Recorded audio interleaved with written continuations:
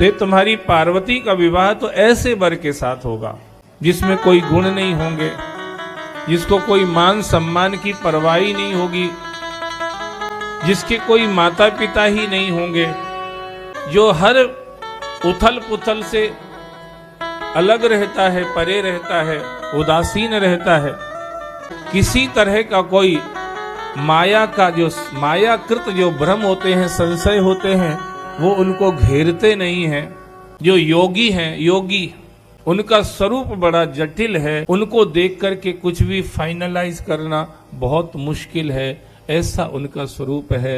मन में उनके कभी काम आता ही नहीं है, अकाम मन, उनके मन में कभी काम नहीं आता है। और नग्न न मन दिगंबर रहते हैं, मने मायाकृत जो वासना जीव के अंदर होती है वो उनमें नहीं होती है। और अमंगल वेश है, हड्डियों की माला पहने रहते हैं, मुर्दे की राख लगाए रहते हैं, सांप बिच्छुओं को टांगे रहते हैं, शमशान पर पड़े रहते हैं। ये उनका अमंगल वेश है। ऐसा पति तुम्हारी बेटी को प्राप्त होगा। ये बात नारद जी ने कही। इस बात को सुनकर के हिमाचल और मैना घबरा गए। हिमाचल और मैना को लगा कि मैं मेरी बेटी ऐसे वर को कैसे दूं जिसमें एक भी सुलक्षण दिखाई नहीं दे रहा है, उसके साथ में मेरी बेटी का विवाह करूं कैसे? मुझे तो बुरा लगेगा ही, दुनिया भी क्या कहेगी कि हिमाचल और मैना ने अपनी बेटी को जानबूझ के ऐसे घर में दे दिया, तो ये मैं कैसे कर सकता हूं, कर सकती हूं? ये बात उनके मन में चल रही थी। और नारद जैसा सर्वज्ञ सिद्ध महापुरुष हिमाचल और मैना की उस अंतरदशा को समझ गए, इसलिए उन्होंने उनको समझाने के लिए फिर से कहा, महाराज जे जे बर के दोष बखाने ते सब शिव पह में अनुमाने,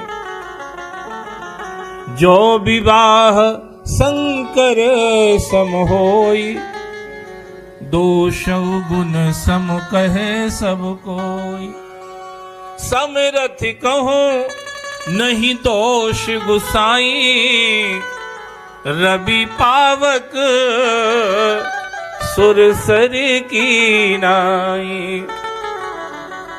अब नारद जी ने ये कहा कि जो दोष मैं देख रहा हूं, ये सारे एक ही जगह दिखाई देते हैं, और वो जिनमें दिखते हैं उनका नाम है शिव, उनका नाम है शंकर।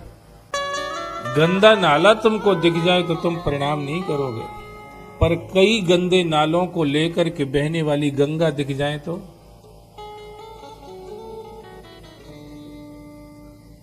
गंदा नाला तुम देखोगे, अरे अरे नाला है, गंदा पानी बह रहा है, तो इसको क्या प्रणाम करना? आप वहां ना आपका मन ना करेगा ही नहीं, आपकी गर्दन नहीं झुकेगी वहां पर। और गंगा,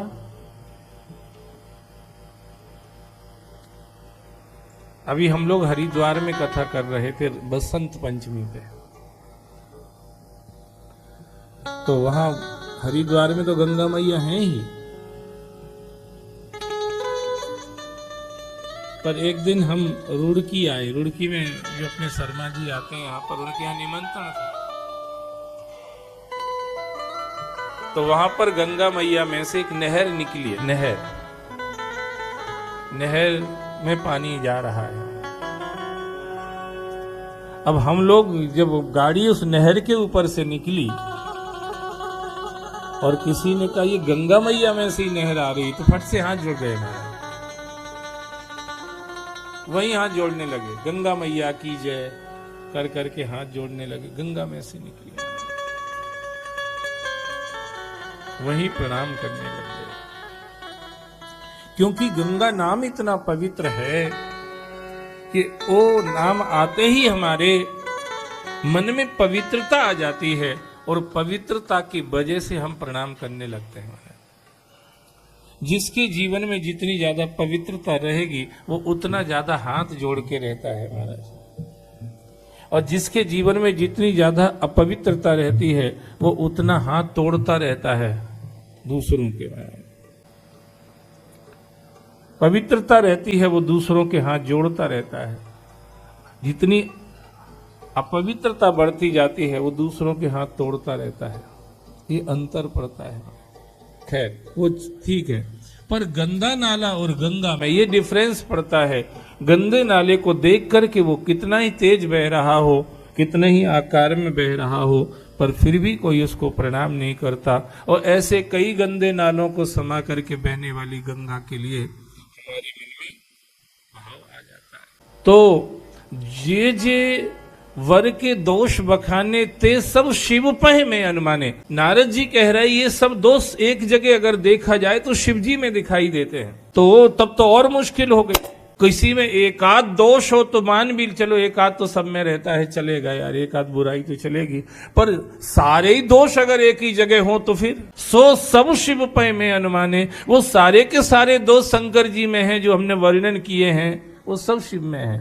तब तो शिव जी से और दूर हो जाना चाहिए था। अरे फिर जिसमें दोष ही दोष भरे पड़े हैं उसको मैं मेरी बेटी कैसे दे सकता हूँ, ये बात आना चाहिए थी। पर आगे नारद जी कह रहे हैं जो विवाह संकर्षण होई तो दोष गुण सम का है सब कोई। अगर शिवजी के साथ तुम्हारी बेटी का विवाह हो जाए तो ये वहां दोष भी गुण की तरह कहे जाते हैं, वो वहां गुण की तरह वर्णन किए जाते हैं। बड़े आदमी में आप फटा पजामा पहन लो या पैंट पहन लो तो आपको लोग कहेंगे ये कोई गरीब आदमी है, गरीब। और कोई फिल्म स्टार अगर वो फटा जीन्स पहन ले तो जीन्स दोनों का ही फटा है हमारा, बल्कि इसके में तो एक दो ही छेद होंगे, उसके में तो कई सारे होंगे, ऊपर से नीचे तक छेद ही छेद। पर चूंकि वो किसी बड़े आदमी ने पहन रखा है, वो सुपरस्टार फिल्म स्टार जो भी है उसने पहन रखा है, इसलिए वो दोष होने पर भी गुण में गिन लिया जाता है। दोष एक चीज शास्त्रों में लिखा हुआ है, फटा कपड़ा पहनना अशुभ होता है। फटा कपड़ा पहनना अशुभ होता है। अगर भगवान ने इतनी व्यवस्था दी है कि आप कपड़ा खरीद सकते हैं, भले ही 10 मत खरीदो, 2 ही खरीदो बस, तो फिर आपको फटा हुआ कपड़ा नहीं पहनना चाहिए। फटा कपड़ा पहनना अशुभ माना है। पर अब वो फिल्म के अभिनेता अगर पहन लें तो वो लोग उसको फॉलो करने लग जाते हैं। लोग उसको लड़के लड़कियां तक फॉलो कर, हद हो गई यार। स्त्री का शरीर जितना ढका अच्छा लगता है उतना ही खुला बुरा लगता है, और फिर भी लड़कियां भी फॉलो करने लग जाती हैं, वो भी फटे फटे टाइप के जीन्स पहनने लग जाती हैं। ये मुश्किल पड़ जाती है महाराज। और गरीब आदमी, अरे बेचारे के पास पैसे नहीं थे, देखो कैसे फटे फटे कपड़े पहन के घूम रहे हैं।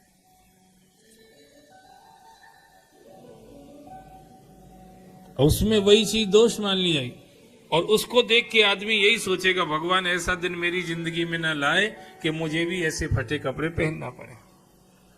गरीब आदमी को देख के आदमी यही विचार करेगा, ए भगवान ऐसी जिंदगी मेरी जिंदगी में ये समय कभी लेके मत आना कि ऐसे फटे कपड़े हमें भी पहनना पड़े। और उधर वो फिल्मी स्टार को देख के तो कहता है हम आज ही खरीद के लाएंगे। कितना स्मार्ट लगता है। ये मानसिकता है हमारी, ये उससे हमें अवगत कराया जा रहा है क्या है और क्या होना चाहिए। नारद जी ने देखा कि भाई हाथ तुम्हारा हस्तरेखा तो कह रही है, तो पति तो यही मिलना है, उसको तो कोई इधर उधर कुछ चेंज कर नहीं सकता है। इसलिए जो कन्यादान है ना, उसमें क्या होता है, कन्या का हाथ पकड़ के बर के हाथ में माता पिता देते हैं। किसी ने पूछा हाथ ही काहे को देते, पांव काहे को नहीं देते? बोले हाथ ही में तो लिखा है कि इसमें किसके हाथ में हाथ जाएगा महाराज, लिखा ही हाथ में है महाराज। करम लिखा जो बाउर नाऊ,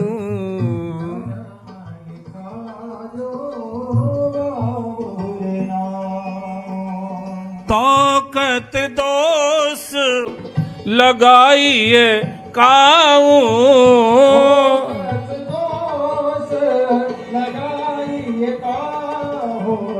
करम लिखा जो बाउर नाऊ, करम लिखा जो बाउर हाँ बाउर ना, हाँ बाउर ना।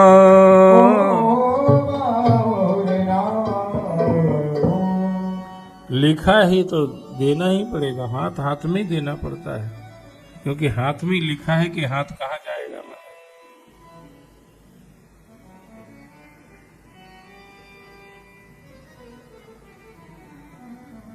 अच्छा, एक चीज और हमारे दिमाग में आ रही थी इस बात को लेकर के कि जब कोई सत्य मार्ग में होता है ना तो संसारी लोग उसको पागल कहते हैं।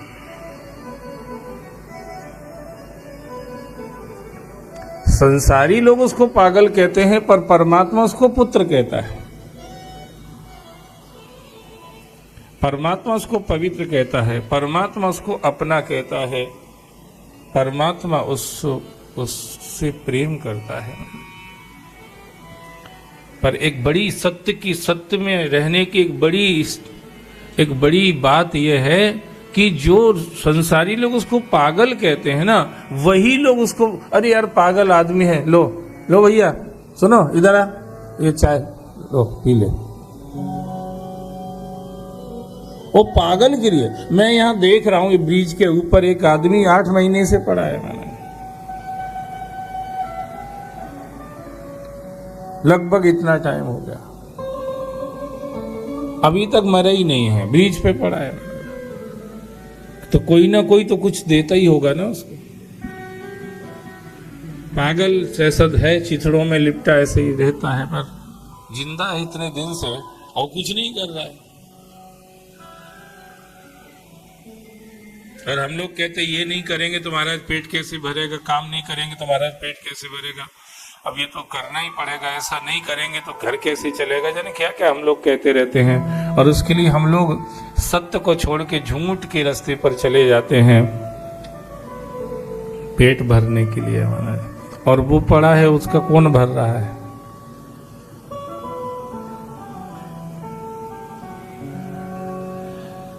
तो अब वो तो इस स्थिति में है कि वो क्या किसी के साथ छल कपट बेईमानी क्या करेगा, अनकंट्रोल्ड स्थिति है उसकी।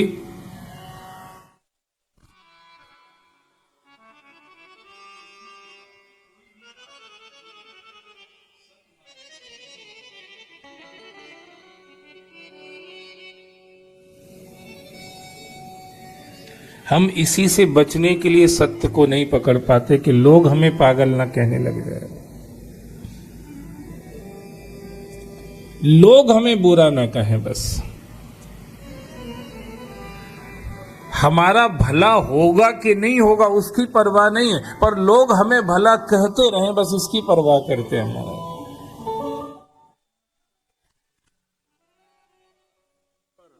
जो साधक का मार्ग है, भक्ति का मार्ग है, धर्म का मार्ग है, वो ऐसा है, लोग क्या कहेंगे वो नहीं, भला कैसे होगा वो करना महाराज।